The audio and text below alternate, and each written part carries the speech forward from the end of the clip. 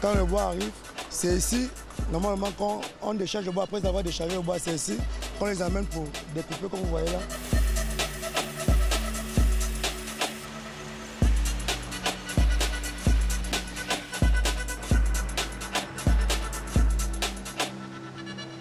Quand on fait découper le bois, on les amène à la machine que vous voyez là, sur le débarquing.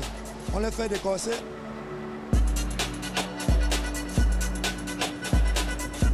Après avoir décorsé, on les amène au peeling pour faire dérouler. Ensuite, après ça, on les envoie ici pour faire le triage comme vous voyez là. Rien que ça, après ça, ils vont aller faire les colis comme vous voyez là pour faire exporter.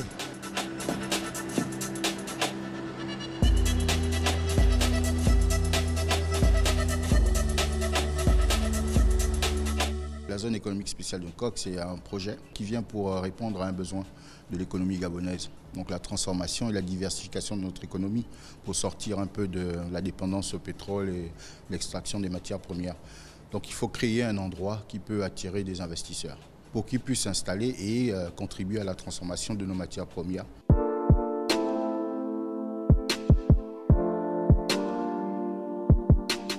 Pour les besoins de la zone, nous avons 4 millions d'hectares de forêts disponibles qui sont aménagées de manière régulière selon les normes environnementales et la réglementation en vigueur au Gabon. Par exemple, le Koumé, qui constitue à peu près 60% du bois qui est transformé dans la zone, permet de faire donc le plaquage, c'est-à-dire on déroule la grume.